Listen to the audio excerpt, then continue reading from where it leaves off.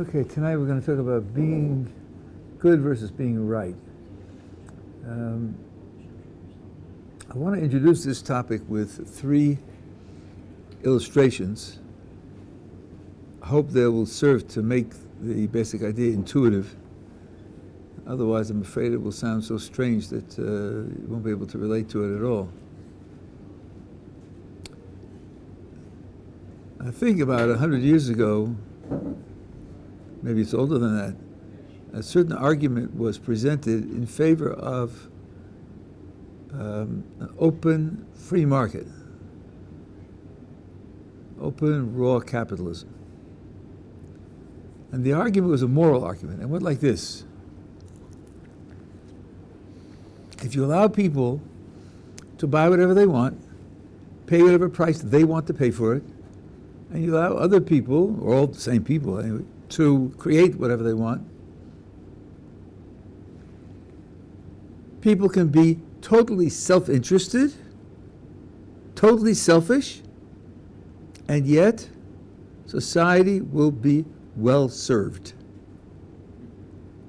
The greatness of the open free market is that you don't have to be good to do good. All you need is an incentive to do good. Now, if it's a free market, that means people are going to buy what they want, and they'll pay whatever price they want. So if you want to become rich, and that's your only motivation, you just want to be rich, produce something that a lot of people want, and then you'll make a lot of money. Now, out of your desire to be rich, you'll be producing for people things that they want, and there'll be competition. They'll produce better things, or produce them more cheaply.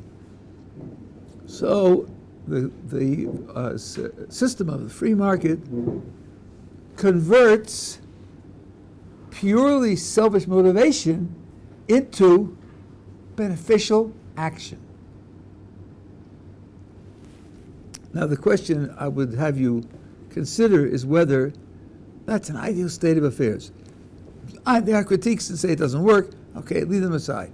Let's say it really worked. Would we have solved the problem of human morality if that would be a correct way of engineering that people will do the right thing? That's one illustration. Second illustration, I have a friend, Fred, this is fiction, who steals things. That's what he does. Whenever he has a chance, when nobody's looking, he steals things. I've talked to him about it, made no progress. Now, I happen to know that Fred is going on business to Beijing. So I say, Fred, I have to tell you something. In Beijing, there are hidden cameras everywhere, and there are hidden plainclothes policemen everywhere. And if they catch you stealing, they chop off your hand. That's what they do in Beijing. So I'm recommending to you, while you're in Beijing, don't steal. For some reason or other, Fred takes me seriously. And while he's in Beijing, he keeps his hands in his pockets. Now, he's delayed there on business, and he's there for 6 months. At the end of 6 months, he dies in Beijing. Is that a moral success? For the last 6 months of his life, Fred didn't steal. Is that a moral success? What kind of moral success is it? Could there be something better than that? That's the second illustration. Here's the third illustration. Imagine a father who has 2 sons. He's elderly, the father, and he needs their help.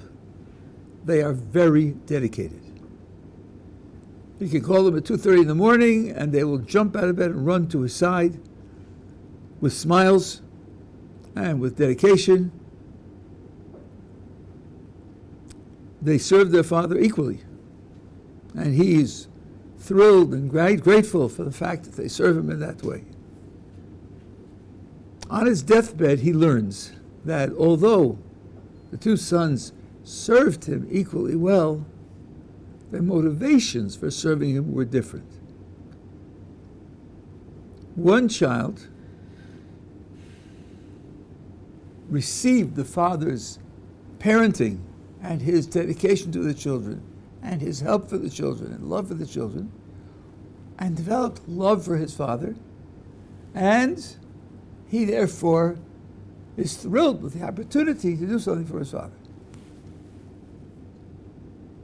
The second son knows that it is an obligation to serve one's parents. It's a duty. And he's very responsible, the second son is. Very dutiful. And when he gets the call at 2:30 in the morning, he grits his teeth and says, oh, I got another night of lost sleep. But he gets out of bed and he comes to his father with a smile. That's part of the duty. The duty is to make the father feel good. Not only just come and serve him tea or whatever else he needs. Now, when the father discovers this, what do you think his reaction will be? But they both came, they both smiled, they both put themselves out for me, they both served me equally valuable ways, equally dedicated ways. Will he see no difference in their performance? Will he feel the same about the two of them? And if he won't feel the same about the two of them, is there any reality in his feeling? Or is he just misled? It's just a mistake. Got the same service, that's all that counts, and it was equal.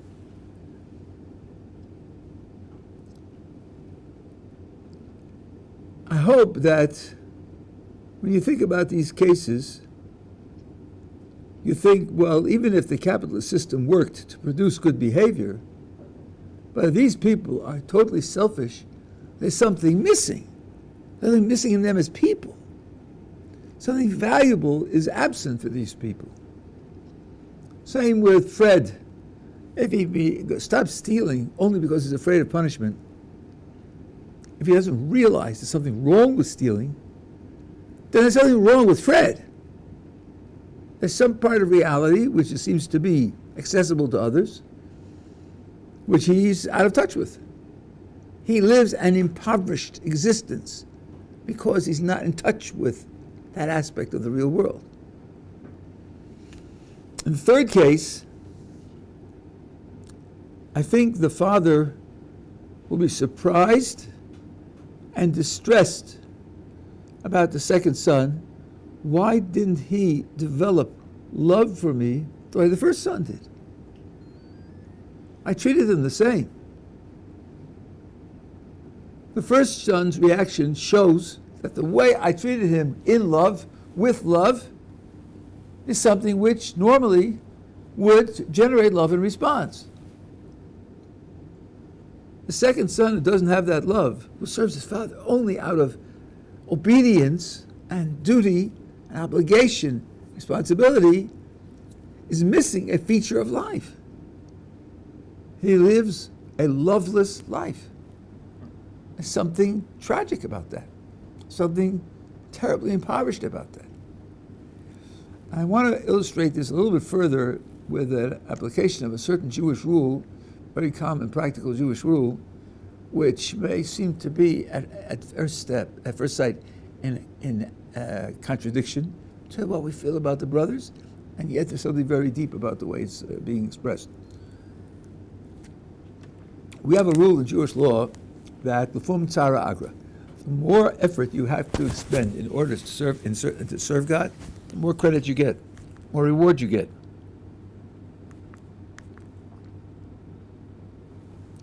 So the more resistance there is, psychological resistance, and the more you have to work harder to overcome it, the more reward, the more credit you get for doing the right thing. Okay, now let's think about these two sons. They get the call at 2:30 in the morning. How do they feel about what they're doing? Well, the second son does it out of duty, obligation, responsibility, as I indicated, gets the call and he grits his teeth and says, oh no, not again. And he drags himself out of bed and he forces himself to do it. It's a great deal of effort there. A great deal of effort there. The son who serves his father out of love, he gets the call and says, who is it? Dad! Yes! What would you like? He looks at the service of his father as a precious opportunity. So who's working harder? Who's overcoming more resistance? The one who does it out of duty and obligation is overcoming more resistance than the one who does it out of love. So according to that calculation, the one who serves out of duty and obligation should get a greater reward. But the vast majority of books of Jewish law and Jewish values say the opposite. That serving God out of love is the higher form of service, and you get a greater reward for serving God out of love. Why is that? It's the opposite of what the principle says about effort and overcoming resistance. And the answer is, not all resistance is equal. Not all resistance is equal. I'll prove it to you. I'll share with you a commentary which is very, very little known. There's a Mishnah Pirkei Avos that says, Schar mitzvah mitzvah, the reward of doing a mitzvah is a mitzvah. On that statement, the Bartanura has two comments. The first comment everyone knows, and the second comment no one knows. Kimat no one knows. First comment the Bartanura makes is, when you do a mitzvah, you want to know what the reward for the mitzvah is? Yeah, you don't know. I have a surprise for you. The reward for doing a mitzvah is opportunity to do another mitzvah. You didn't know that. You didn't think of that. It may take you time to understand that and assimilate that. That's it. The reward for doing the mitzvah is doing the opportunity to do another mitzvah. That's one comment that he makes. There, you don't know what the reward is, and you're told what the reward is. There's only 3 words in Hebrew and it has 2 different interpretations. Quite remarkable. The second comment is, the reward for mitzvah is a mitzvah. You know what the reward of a mitzvah is. It's the pleasure you get out of doing it, the profit that you make, the benefit that you get from it. That's what reward is. Reward is good consequences that come from something. You know that. What I have to tell you, the surprise I'm going to reveal to you is that all that good stuff, all those good consequences that come out of doing the mitzvah is more mitzvah. And if you get good consequences for doing the mitzvah, you'll get double reward. Reward for doing the mitzvah and reward for all the good consequences as well. Hanoah, oneg. That's what you get, more reward. So it answers a different question in a different way, but that Bartanura is very strange. I mean, on the surface, it's very hard to understand. I'll say it's Rosh Hashanah, and I'm going to blow the shofar for Rosh Hashanah. I'm an expert. 2 communities have invited me. One community doesn't pay, and one community does pay. The Bartanura telling me, go to the second community, because there you have the mitzvah of shofar, and you have a benefit. And the benefit counts as another mitzvah. So because you're being paid, you'll get a double mitzvah. Is that what he means? Surely not. Surely not. So what is he talking about? I have a theory which fits into what we're saying. I've shared it with many Talmidei Chachamim, and they agree the question's a question, and they're inclined to agree that my idea isn't definitely wrong. That much credit they'll give me. We're talking about this case of serving God out of love, or serving God out of obligation, duty, responsibility. The service out of love is superior in spite of the fact that there's less resistance, because the quality of doing it that eliminates the resistance is an inherently precious quality. Love is a higher human expression. It's an expression of appreciation for something that deserves love, the great value, the goodness, the impact of it. And a person who serves out of duty and obligation doesn't have that appreciation. So the difficulty that you have in doing the mitzvah out of duty, where you have to overcome your selfish desires to have comfort or time or money or whatever else it is that you're sacrificing, that resistance does create greater reward, but not greater reward than doing it out of love, where you don't have all that resistance. Because what replaces the resistance is the joy of doing it out of love, and that's higher. That's inherently higher. So the reaction of the father that I'm describing is not idiosyncratic. It's really an expression of a key Jewish idea. Now, what do these illustrations mean? What kind of principle do they teach us? Now here, I use the illustrations because a clear and precise, literal, verbal description is beyond me. I want to communicate a perception, which I think is very valuable. I'll give you another, but this is not directly related, but it's related to the general idea. I think we all agree that some people never develop their talents because of a lack of opportunity. One might say that in the slums of Buenos Aires, there are potential Einsteins, there are potential Beethovens, and they never develop. Is that a tragedy? Let's suppose this guy becomes a cashier, or he becomes a cab driver, or whatever it is. Let's say he earns what to him is a reasonable amount of money, and he has a family, and he's happy. He's happy. So, should we say, so the fact that he could have been Einstein is just, so what? He had a happy life. That's all that counts. Or do we think, could have been Einstein? What a gigantic loss. He had the capacity to be so much more, to do so much more. Yes, he was happy, but he's only happy because he didn't know his own capacity. He was happy because of ignorance. That happiness is not to be treasured, it's to be pitied. There was a song in the United States during the First World War, which I've used in other places, in other illustrations. How are you going to keep them down on the farm after they've seen Paris? I got this guy from Iowa, and you live in Iowa, in every direction for 500 miles is corn. Just corn. Corn everywhere. Right? Now, if he never leaves Iowa, he could have a happy life. But if you draft him into the army to go fight in Europe and he sees Paris, he'll never go back to corn. The reason he's happy with corn is because he's never seen Paris. Once he sees Paris, he's not going to be satisfied with that anymore. So how do you look at his satisfaction? You say, well, but he didn't see Paris. So, or is it something inherently broken in that life? Something that didn't bud, didn't flower, didn't give fruit, which could have, and there's something sad about that life. If you could change it, you can pluck him out of Iowa and show him the world and he'll become a different person.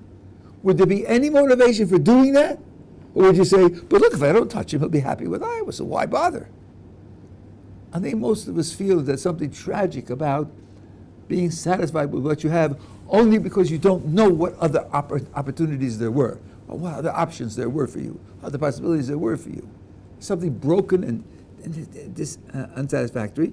If you had unlimited money, some of the money would go for enabling people to develop those capacities, which they otherwise wouldn't miss.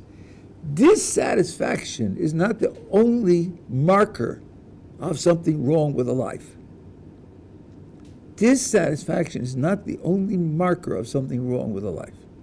It doesn't have to be an internal marker. It can be an external marker by knowing what the capacities were. There's something called internalism and externalism in the concept of reasons. Bernard Williams and Thomas Nagel and the rest of that crowd. I'm obviously not an internalist.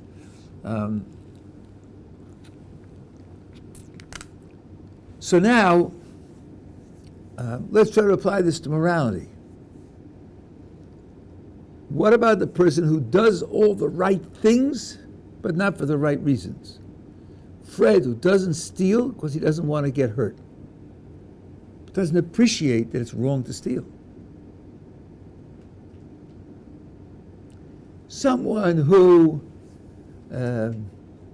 gives charity for fame. He likes the adulation. He likes the credit. He likes the praise. If he could get the praise without giving the money, he definitely would do it. No question about it. Save the money. And an occasion where giving the money doesn't get him the praise, he won't do it. But his money buys a lot of value. A lot of good things happen because of his money. Is there no difference between him and someone who really empathizes with people? Let's say a person who gives for medical research or medical practice and empathizes with the ill and feels that if he could do something to reduce their suffering or to increase their longevity or their productivity.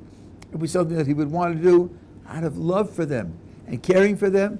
No difference between the two of them. Both sign the same check with the same numbers, gives it to the hospital.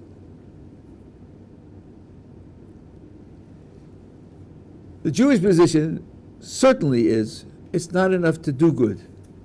You also have to be good.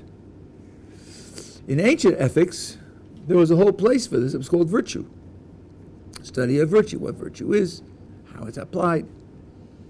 It was not assumed that a human being is nothing but a source of action, a source of changes in the world, a source of effects in the world, and measure the person by the effects that he causes in the world. That's not all of what a human being is.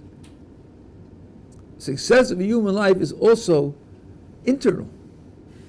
What kind of person he is. Let me take another example. Let's talk about understanding. Yes, understanding plays a large role in the active life that you lead, and it improves your actions, but not always. Not always.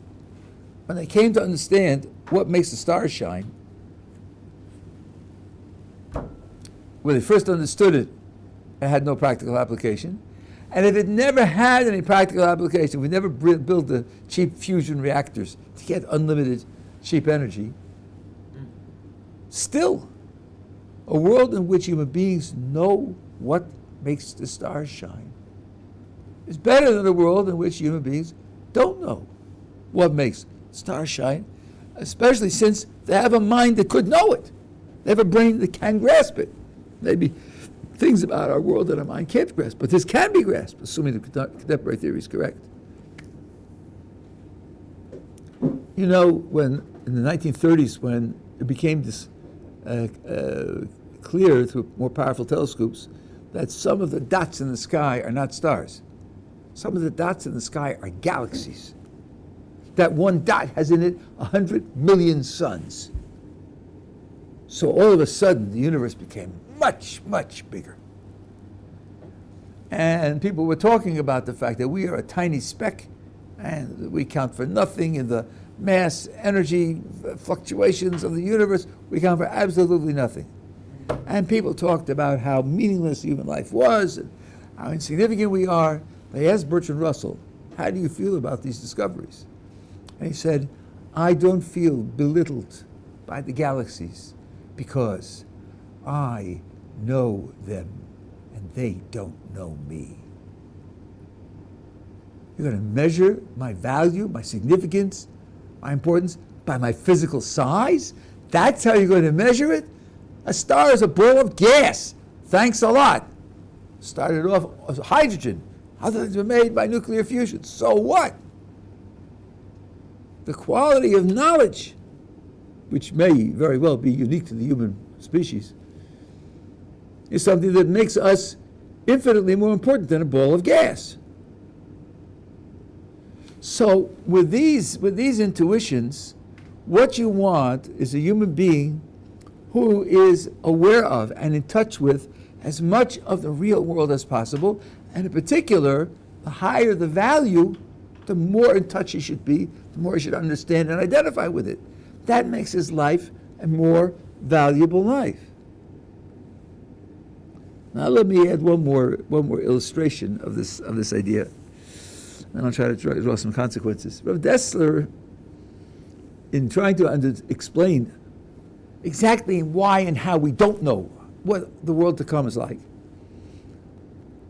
says the following. First of all, when we talk about pleasures, I don't know if he read or heard of Jeremy Bentham and John Stuart Mill, but that could have come from them. Pleasures form a hierarchy of quality, where a great deal of pleasure on a lower level isn't worth a little bit of pleasure on a higher level. I'll give you some examples. These are his examples, if I remember correctly. Let's take a person, well, the first was my example.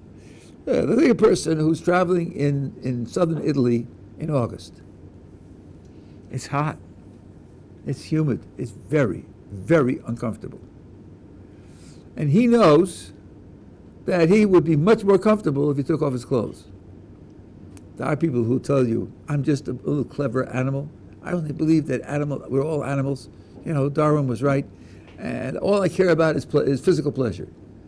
I ask such a person, you're in southern Italy, it's August, it's hot, it's humid, very uncomfortable, take off your clothes.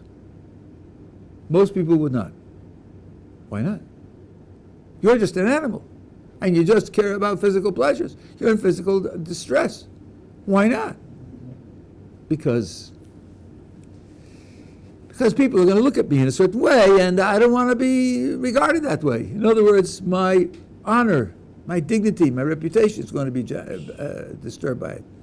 Well, let me clue you in. Dogs and cats don't care about their honor, their dignity, and their reputations.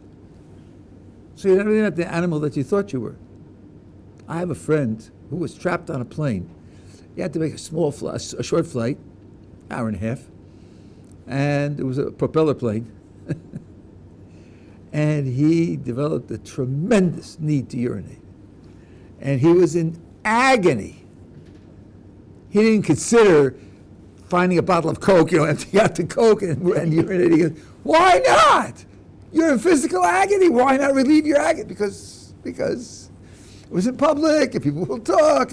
But then animals don't care about you talk about them. It doesn't move them. So for your honor, for your reputation, for your dignity, you will suffer a great deal of physical pleasure. Okay, now, let's imagine there's someone whom you love. Someone who loves you. You have a deep, thrilling, inspiring, passionate love for one another. And now, in order to do what your beloved wants and needs, you'll have to do something that will cost you your reputation. I think many people would say, I'll live with degraded. So what? Love is more important than reputation. I won't go against what my beloved needs, even at the expense of my reputation. See, here you have a hierarchy. You have physical pleasure, you have dignity and honor, you have love. Each level is qualitatively superior to the previous level in that a great deal of pleasure and pain at the lower level doesn't match up to a much smaller quantity of pleasure and pain at the higher level. Now, Rav Dessler says that's 3 levels. Imagine that the hierarchy goes on 100 levels. So imagine what it would be like to have something on the 100th level. Now you're just stretching your imagination to the clouds, right? Now he says, what you would have on the 100th level is nothing like the world to come, nothing like it, not even in the same ballpark, completely irrelevant. I think you begin to appreciate why you don't understand what perhaps the pleasure of the world to come is. But now, here again, you have this idea, to imagine a person who lived his whole life the way some of these people talk, as if it's all physical pleasure and pain. That's all there is. What? That's all it is? No Beethoven? No Shakespeare? Just warm baths and warm sun and rolling in the sand? That's all it is? What kind of life is that? What kind of human life is that? So, the Torah's project of becoming a good person is a separate project from doing the right actions. The Rambam says to be a prophet, it's not enough that your actions should be correct, you should have the right character traits. Without that, you can't qualify for prophecy. Now, so I'm hoping that these illustrations awaken your intuitions to realize that there's something going on here that's real and that's very important.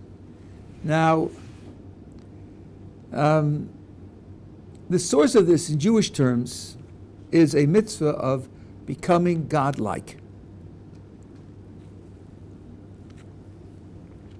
Mahu avato.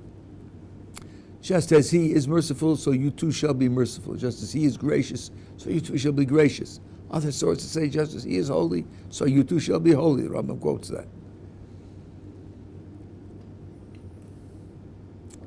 That's a very audacious statement. I think if we were asked about it intuitively, we might dismiss it out of hand. Just as he is, so you should be? Excuse me. Seems to me there's a gigantic gap between him and us. He's the creator. We are the created creatures. He's infinite. We are finite. We are physical and spiritual. He's beyond spiritual. God is not spiritual. Spirituality is a created feature of the universe. His reality is beyond spiritual also. Just as he is, so we should be. Why would that be? What would the logic behind that be? The answer, which you have in the second chapter of The Way of God, is roughly this. It's quite complicated and subtle. I can't do justice to it right in this context, but the answer is roughly this: that the more you are like God, the more you have some godliness within you, the greater the good that you have. God created the world to give the greatest possible good, and therefore he created creatures that are capable of having something like the divine good. So God projects himself into the world in a certain way, a way that we can more or less understand, a way that's related to our reality. The more we assimilate the godliness that's in that projection, the more of God's reality we participate in, the greater the good that he's giving to us. So, God operates in the world with certain moral principles. We should assimilate those moral principles. I'm choosing my words with great care now. We should assimilate those moral principles to the extent that we are capable of so doing, which means two things. They are principles of action. One is that we should act in those ways, and the other is that we should come to possess the character traits out of which those actions flow. For a human being, his active life has two dimensions. There's what his body does, and there's the character out of which that body, what the body does, what it does. Both of them are features of human action. I've said it this way because you can't talk for God about character traits. That's off limits. God acts out of a reality that we don't understand at all, and it certainly isn't character traits like ours. Maimonides says this word for word, all the Kabbalists say this word for word. But from our side, as agents, there are two dimensions to our agency. One is the actions that we perform, and the other is the character out of which the action comes. Both of them are crucial in our assimilating those principles. That's why I put it that way. When we assimilate those principles, we assimilate them doubly. We assimilate them in our performances, and we assimilate them into our character. And that way we embody those principles to the greatest extent that a human being can embody them, even though part of our embodying them isn't parallel to anything in the divine, because the divine is beyond that mode of embodiment. In that way we become as like the divine as possible. And becoming as like the divine as possible is then sharing as much of what God is as a creature can share. And that is the greatest good that a creature can possibly have. And that being the case, God fulfills the motivation, so to speak, that he has of doing good and giving good in the greatest possible way by making that our development, making that possible for us and making it our development. So from the Jewish point of view, this idea of being good in addition to doing good is absolutely crucial. Indeed, a great deal of the value of doing good is to make yourself good. And here I think the Jewish intuition is to a certain extent at odds with the current fashions in moral thinking. Current fashions in moral thinking, virtue is a very disregarded subject. The idea of being good, other than doing good in the world, is something which is given very little treatment. It was in the ancient world; it was a big subject, but in the modern world, justice and kindness and support and microaggressions are all interpersonal concerns, where you talk about what your actions do to and for other people. And the idea of transforming yourself is something which is almost a non-subject. Let me give you an illustration, a very stark illustration of this idea, as a Hasidic, I suppose, a Hasidic parable. I don't know if it really happened.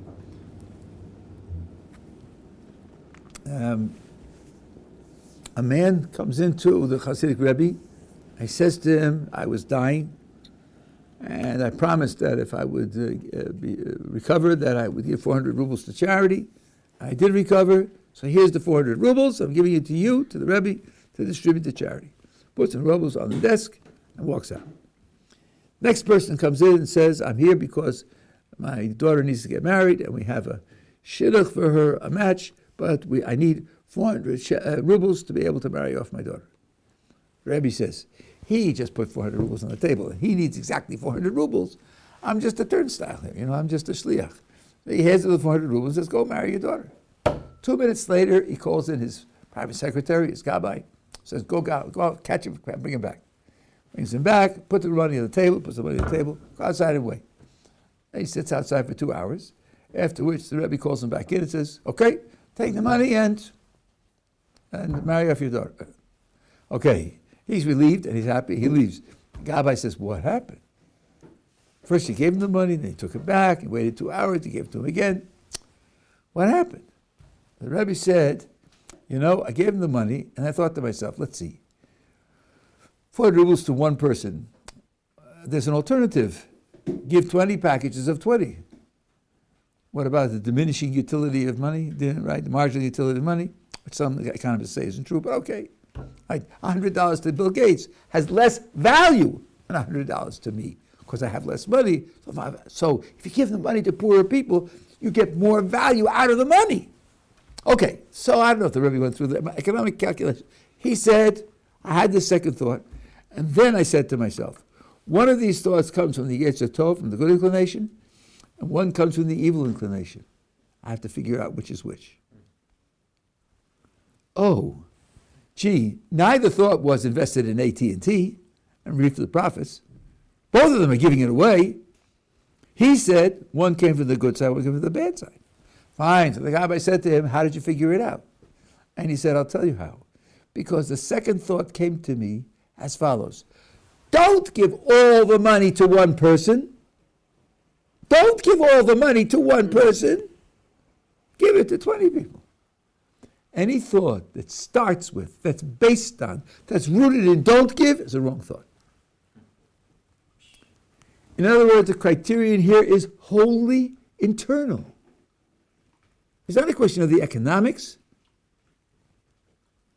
Where is it coming from in my character? If I do it one way or the other way, what will I be reinforcing? What will I be dissipating in terms of my own character? What effect will it have on building me? That's also an important dimension. I think we ask this rarely. Maybe if you're under the care of a psychologist, which I hope is care. I have my prejudices about this matter.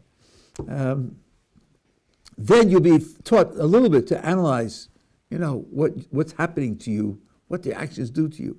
But the truth is, all your actions play a role in building you for good and building you for not good. You are the object of your own actions. In fact, Sefer Chinuch, the book of education, I think it's called in English, which goes through all 613 commandments and gives reasons for all of them. There is a theme that he recites over and over again. Adam nif'al lefi pu'ulosav. A person is affected by his own actions. So sometimes you will do something which you don't really feel and you don't really believe in your heart, and by doing it, you will train yourself to do it, and then you'll come to feel it. Actually, it will bring its own feeling with it as a consequence. And some of the mitzvahs, he says, are designed to cause you to do, and in that way, to come to feel. I don't know if he says it about this, but one of the examples is charity. If you give money to a poor person directly, and if you experience their gratitude, you begin to look and think, wow, he really needed that. He really appreciated that. I made that difference. He's happier now than he was before. you see that and you feel, you say, well, wow, I have the power to make a stranger happy. And then you think, but that's worth doing. So you start off with, well, you get this income, okay, we have a form, a W-2 form. You have to figure out how many percentage points and whatever you put away for necessities. Okay, give it to Terry, fine. You need money? Here's money. I do my duty. But when he shines with happiness and gratitude, you come to realize something that you didn't realize, and then you come to do it in a different way. Now, we have two mitzvos. Lo sikpos es yodcha, don't make your fist, when somebody asks you for money, don't close your fist. Lo sa'ames levavcha, don't harden your heart. So one of the commentaries says, well, if you're already told not to close your fist, it means you have to give the money. Why are you told not to harden your heart? Because part of the mitzvah is empathizing with the person. Empathizing with the person. Feeling what he feels. It's not enough just to give him what he gives. You have to feel what he feels. Now that will affect your performance, that's true. But even if it didn't affect your performance because you gave it to somebody who you don't know, giving it through a third party, still part of the mitzvah is to feel what he feels. That's something which you have to develop. So the actions can develop the feeling. So here it means that having the feeling is in itself valuable. Being a sensitive, generous person. And I'll give you an example of this, which occurred to me recently. Let's suppose there's somebody you're involved with, care about deeply, and want to be happy, and you give consistently to that person. How can you tell whether you really care about the other person's happiness, or whether you care about your contribution to the other person's happiness? Your contributing makes you generous. It makes you a benefactor. It means you have a certain power to affect somebody else's life, and you're reinforcing your own self-image, your own self-appreciation when you give to the other person. How can you tell the difference? Here's a way. Suppose something happens to the other person that makes the other person happy without you. Are you then thrilled for the other person or not? If you're really doing it only to build yourself up, to reinforce your self-appreciation, your self-image, your self-importance, then when the recipient receives something good from somebody else, some other agency that you have nothing to do with, you'll be indifferent. You might even feel competition. If you really care about the other person's happiness, you'll be thrilled for the other person that it happened because the other person's now happy. That's what needs to be built up. That's what needs to be developed.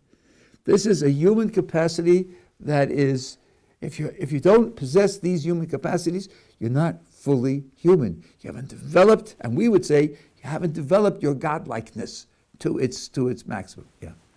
So then we shouldn't be thinking of Judaism as like certain imperatives we have, but rather certain virtues we should acquire. Like Jewish ethics. Say the first part of it. Shouldn't there think of Judaism as what? As certain imperatives we have to do, but rather certain virtues we should be acquiring. Oh no, I think we should have both. I didn't mean to say that your preoccupation with building your own character replaces your care for your actions. No, and there'll be a big what we call a nafkamina. Suppose you don't have yet the appropriate character, and such an action offers itself. Should you do it? Now you say, well, yeah, but you just told us that it'll build character. Well, let's imagine a person, not you, at the end of his life, right? I'll live for 10 minutes. And here's one of these actions, and he has not developed character, and he's not going to develop it in 10 minutes. Should he do the action? Sure, he should do the action. The action is right. I didn't say this at the outset, but I was brought up Reform. And one of the many mantras of Reform was, we are a religion of action. We don't have a belief structure, a set of necessary beliefs, like we don't have a catechism, like some of the Christians do. We're just a religion that preaches acting well. That's dead wrong. That's dead wrong. There are some beliefs which are themselves mitzvahs, and there are other beliefs which are the quality of the mitzvah that you're doing. And if you don't have them, you just happen to do the right thing. I'm not saying it's bad, but it's certainly not the ideal. The ideal is to do the right thing for the right reason. I think that's true morally, as I say, in general terms as well.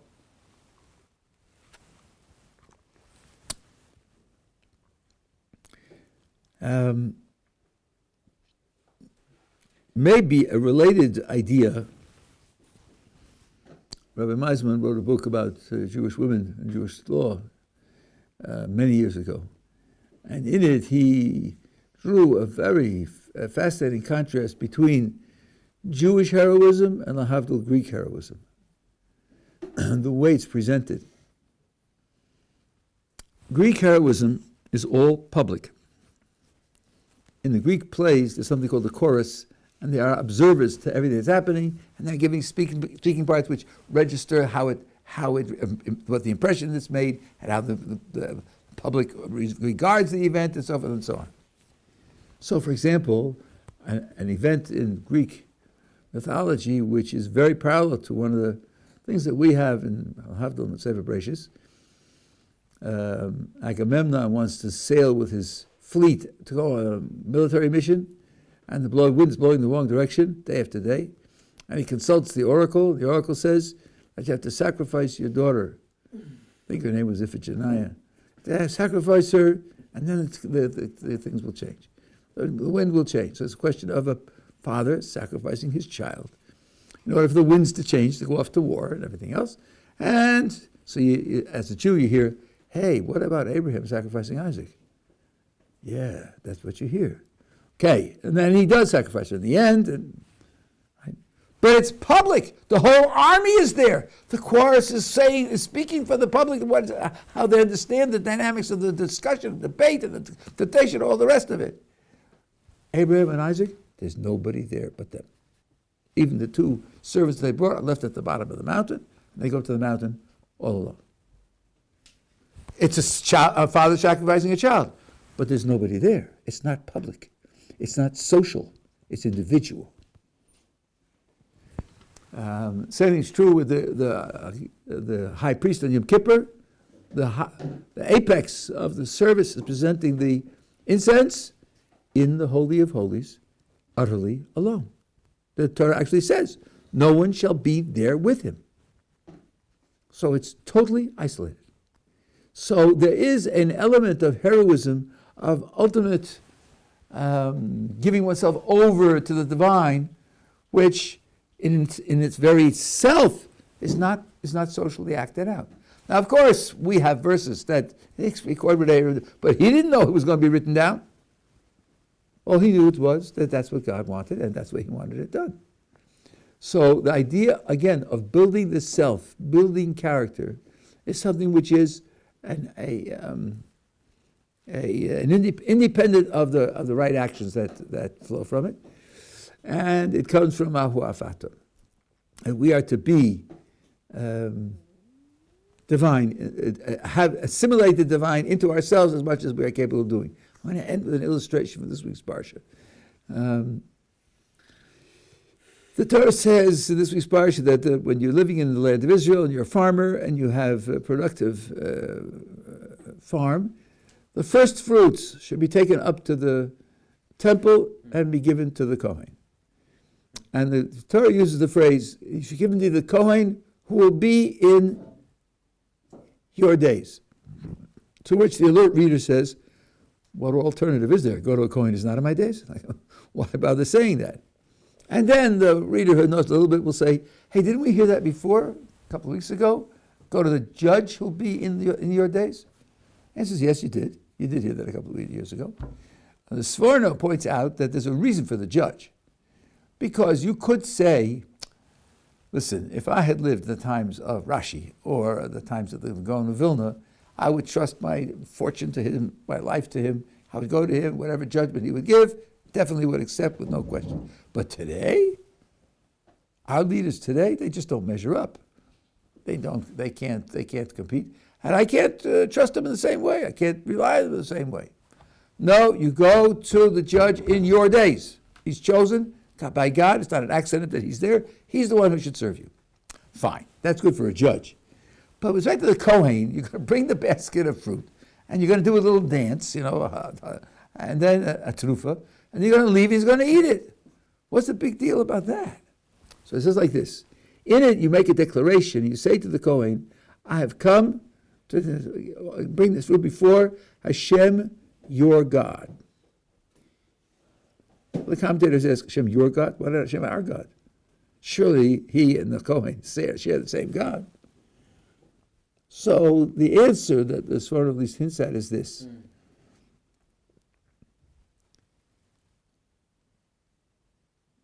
To say to someone, your God, is to say that in some sense you are closer to God than I am. God is, in our literature, the God of Abraham, God of Isaac, and God of Jacob, and nobody else. Not Moses, not Aaron, not Judah, not Jacob. I'm sorry, not Levi, not David, not Solomon. Only Abraham, Isaac, and Jacob. And the Midrash says that David HaMelech questioned this. He said to God, just 3 are in the club? I want to be in the club also. I want you to be known as King of David. God said to David, I tested them, and they passed the tests. So David said, test me also. God said, you're on. Gave him the test, and he failed it. You see? That's why they're in, and you're not in. Okay, thus far the Midrash. What's the point? The point is that some people express divine qualities. They've assimilated the principles of divine management of the world, the way I said it before, to the extent that when you look at them, you can see what divinity is by looking at them. Not because they're God, but because they've assimilated what God projects into the world to such a great degree. There were only 3 like that. Now, that's absolute. But if I know someone who has assimilated much more than I have, it would be appropriate for me to say to him, Hashem, your God, because he's his God in a way that he isn't my God, because I haven't incorporated as much as he's incorporated. So when the Torah tells us, say to the Kohen, Hashem, your God, what you're crediting him with is assimilating more of godliness into his life than you have in your own. Aha! Now the argument from the shofet, from the judge, comes marching back in. Who says? Who says? If we live in the times of the Chafetz Chaim, I would have no hesitation in bringing my first fruits to him. He was a very godly person, more than I could even imagine. But today's, Philip Cohen from down the street, I'm going to give my... The Torah says, yes, he was not an accident that he's in your time. There's something in him that you should be able to look for and to see that's godly that you don't have. And that's why it says the Kohen will be in your time. This development of this character, so it can have an effect on other people's development of character by observing your development of character, but it's all development of character. All development of character. What I'm trying to do with this shir is put character development on the map. I want people to appreciate that when you're choosing an action, you should have a 2-dimensional picture. What will it do to the world outside of me, and what will it do to me? Both are valuable.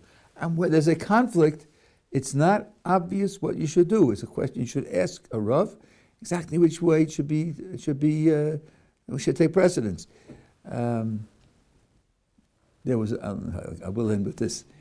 Someone went to the Chafetz Chaim, a real Hasidic story. Went to the Chafetz Chaim and said, I've been offered a job in a bank. Should I take it or not? But the Chafetz Chaim said, if you are the teller that receives deposits, don't take it. If you are the teller that pays out withdrawals, do take it. Why? Because if you're receiving deposits all day long, it's give it to me, I'll put it in the drawer, give it to me, put it in the drawer, give it to me, I'm putting it in the drawer, hand it over, I'm putting it in the drawer. I'm taking in money all the time. Oh, it's not my money? I know it's not my money. I know, but I'm taking in money all the time. Whereas I'm paying out withdrawals, I'm giving out money to people all the time. That can have an effect on you. Now, where did the Chafetz Chaim get this from? He got it from a Rambam. Rambam says if you have, let's say, $100 per month to give to charity, don't give $100 to one person. Give. When people ask for money, because if you give 100 to one person, all the other people during the month who ask you for money, you say no. So you get used to saying no when people ask you for money. Better to give $1 or $2 to 50 or 75 people. That way, when people ask you, you say yes and you hand something over. You train yourself in that way. So this idea of building your character is something which is built in. Yeah. So in a situation where you have like the bank teller, they're giving, but I give someone $100 and they think to themselves, I shouldn't do this. I should be giving out to more people. To go back to the first example you gave, are they wrong in thinking that? Because they started their thought off with saying, well, don't do that. don't. Okay, so I think the point there is that, as I said before, there are two dimensions of analysis. That case is a case where, since all the money is going to be given out anyway, it's not a controversial academic calculation of the marginal utility of money. So the question is, people are going to benefit anyway, so all that's left is the internal. But when the external also has a difference, so then that's when I said that you have to take it. So now you're asking about, I guess they're both internal. Okay, so it's a conflict between internal consequences. So there can be conflicts everywhere, and then you have to work out the conflicts.